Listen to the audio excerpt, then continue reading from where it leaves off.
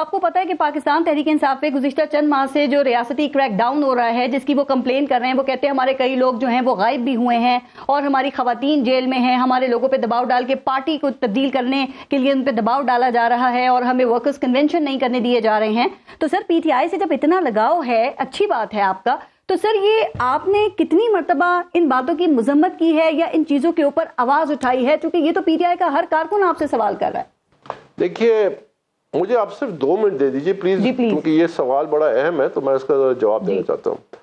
کچھ چیزیں جن کا جو قابل مذمت ہیں اس کو قابل مذمت کرنا چاہیے، کہنا چاہیے. مثلا اگر آپ لیول پلینگ فیلڈ نہیں ملتا، سب کو ملنا چاہیے، لیکن اس میں بھی یہ سوال اٹھتا ہے کہ آپ اپنے کیوں نہیں لیول پلینگ فیلڈ لیتے؟ آپ ان کو وہ بنیادی حق سے کیوں ڈینائی کرتے ہیں کہ وہ اپنی قیادت کا انتخاب کر سکے؟ ٹھیک ہے. دوسری بات یہ ہے کہ کچھ ایسے کام بھی ہوئے ہیں جس کی نشاندہی میں الیکشن کمیشن کے سامنے کرتا آیا ہوں کہ یہ تباہی کی سیاست ہے، یہ انتشار کی سیاست ہے، یہ تصادم کی سیاست ہے. اس میں اداروں کو آپ ٹارگٹ کر رہے ہیں، اس سے ادارے اور کمزور ہوں گے، پاکستان کی سیکیورٹی جو ہے خطرے میں پڑے گی.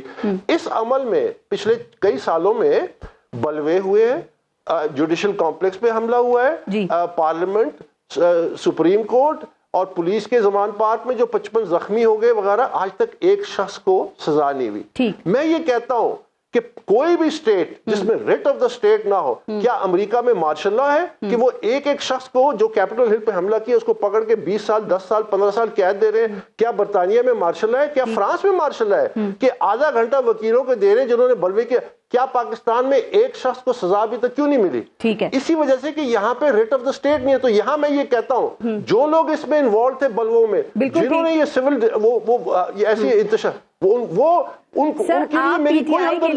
ابھی آپ نے کہا کہ آپ پی ٹی آئی کے لیے مطالبہ لیول پلینگ فیلڈ کا کرتے ہیں، لیکن پی ٹی آئی کے لوگ کہتے ہیں ہم نے تو نہیں کہا کہ آپ ہمارے لیے لیول پلینگ فیلڈ کا مطالبہ کریں. وہ کہتے ہیں کہ جب ورکرز کنونشن سے روکا جاتا ہے، جب لوگوں کے ساتھ زیادتی ہوتی ہے، ہمارے کارکنان کے ساتھ زیادتی ہوتی ہے، تو اس وقت آپ خاموش ہوتے ہیں. تو سر کیا یہ پھر تضاد نہیں ہے ایک؟ آپ یقین سے بتائیے گا کہ آپ سمجھتے ہیں کہ پی ٹی آئی کے لوگ جو اس وقت سیاست چھوڑ رہے ہیں یا جنہوں نے پی ٹی آئی کو چھوڑ دیا ہے یا سیاست ہی بالکل چھوڑ دیا، ان کے اوپر کوئی دباؤ نہیں تھا، انہوں نے خود سے یہ کام کیا ہے؟ سر اس کا میں جواب دیتا ہوں ذرا دوسرے انداز میں.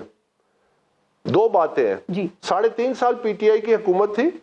عمران خان اس وقت کہتے تھے اسٹیبلشمنٹ 1 پیج پہ ہے، اس سے زیادہ ڈیموکریٹک اسٹیبلشمنٹ نہیں ہے. جتنی جمہوری یہ ہے اس سے پہلے کوئی نہیں تھے. 1 پیج ڈاکٹرن تھی. اس وقت میں زیر عتاب تھا، میرے اوپر جعلی مقدمات بن رہے تھے، میرے گھر کے باہر فائرنگ ہو رہی تھی، مجھے دھمکیاں مل رہی تھی قتل کی جو میں نے لکھ کے دی سب کے سامنے. ٹھیک ہے. اس وقت آپ نے اپنے جو مخالفین تھے ان کو پرسیکیوٹ کیا، ان کو جیلوں میں ڈالا، ان پہ کون سے مظالم نہیں کیے. کیا آپ کو پتہ ہے کہ ایک جس ملک میں، جس معاشرے میں، میں اس کو جسٹیفائی نہیں کر رہا، جس معاشرے میں انصاف نہ ہو، اللہ کا قانون کیا کہتا ہے؟ جب آپ ظلم کرتے ہیں، ظالم جو ہوتا ہے برابر ظلم کا حقدار ہے. یہ قرآن مجید ہے. آپ یاد رکھیے کہ اگر آپ ظلم کریں گے گھوم پھر کے آپ کے ساتھ یہ معاملات ہوں گے. آپ کے پاس تو موقع تھا کہ آپ ایک نیا ٹرینڈ سیٹ کرتے، آپ لوگوں سے انصاف کرتے، آپ اپنے اپوزیشن کے ساتھ انصاف کرتے. کہ پی ٹی آئی کو ورکرز کنونشن کی اجازت ہونی چاہیے، جلسوں کی اجازت ان کو ملنی چاہیے؟ یقیناً سب کو، سب جماعتوں کو ملنی چاہیے، اس میں تو کوئی شک نہیں ہے. سر آپ یہ سمجھتے ہیں، آخر کے 1-2 منٹ رہ گئے، 1-2 باتیں صرف جلدی. سر مجھے یہ بتائیے، کیا آپ یہ سمجھتے ہیں کہ اس وقت یا نہیں سمجھتے کہ عمران خان جو ہیں وہ ملک کے مقبول ترین لیڈر ہیں، اور اگر پاکستان تحریک انصاف کو مکمل آزادی دی جاتی ہے تو کم از کم وہ سارا اکثریت تو حاصل کر لے گی؟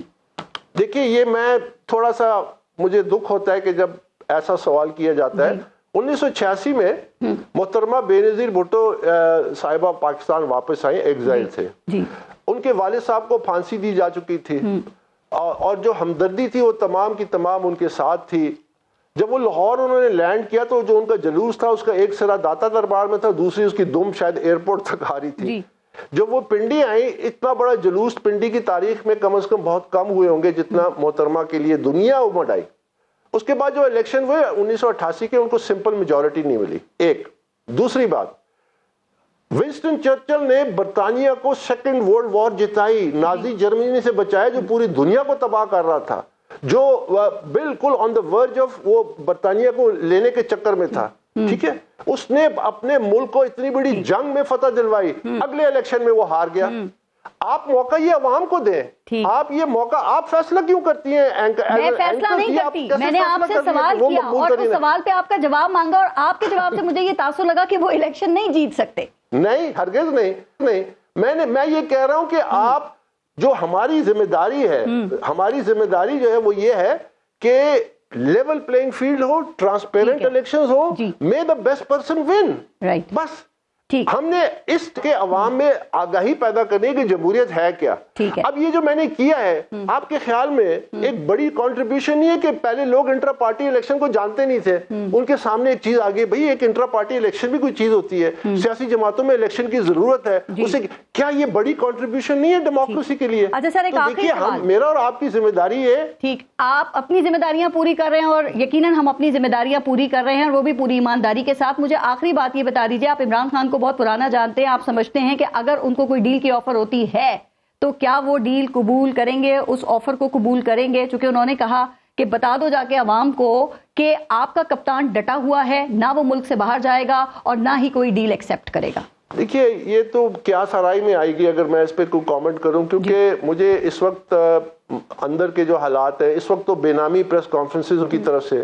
اب یہ پاکستان تحریک انصاف کی ایک بڑی تاریخ ہے، جب 16 سال ہم نے اس کی برانڈنگ. تو آپ کو کیا لگتا ہے کہ اگر آفر ہوئی بھی تو عمران خان اسے قبول کریں گے یا نہیں کریں گے؟ میں عرض کرتا ہوں نا، دیکھیے کہ میں اسپیکولیشن پہ یقین نہیں رکھتا، کیونکہ ہر انسان ہر موقع پہ کس طرح بہیو کرتا ہے، کیا ریئیکٹ کرتا ہے. میں آپ کو تاریخ بتا دیتا ہوں کہ 16 سال ہم نے اس پارٹی کی برانڈنگ کی، ایک نظریاتی اور انقلابی اور تبدیلی کی جماعت. پھر جب وقت آیا پیسے کا تو اے ٹی ایمز کے حوالے کر دی گئی یہ پارٹی. پھر اس کے بعد جب آپ کو سیاستدانوں کی ضرورت پڑی تو آپ نے اجرتی سیاستدانوں کے حوالے کر دی. آج کل وکلاء کے حوالے کی ہوئی ہے کیونکہ آپ کو کیسز ہیں. اب وہ وکلاء آ کے باہر ایک بے نامی پریس کانفرنس کرتے ہیں، اس پہ میں کیا تجزیہ کروں کہ کیا وہ کرنے لگے، کیسے کریں گے، کیا ان کا رویہ ہوگا. سائفر کیس کی اس میں صحافی بھی موجود تھے اور ان صحافیوں کے سامنے انہوں نے یہ بات کی ہے کہ آپ جا کے بتائیں عوام کو کہ آپ کا کپتان ڈٹا ہوا ہے اور وہ ملک سے باہر نہیں جائے گا.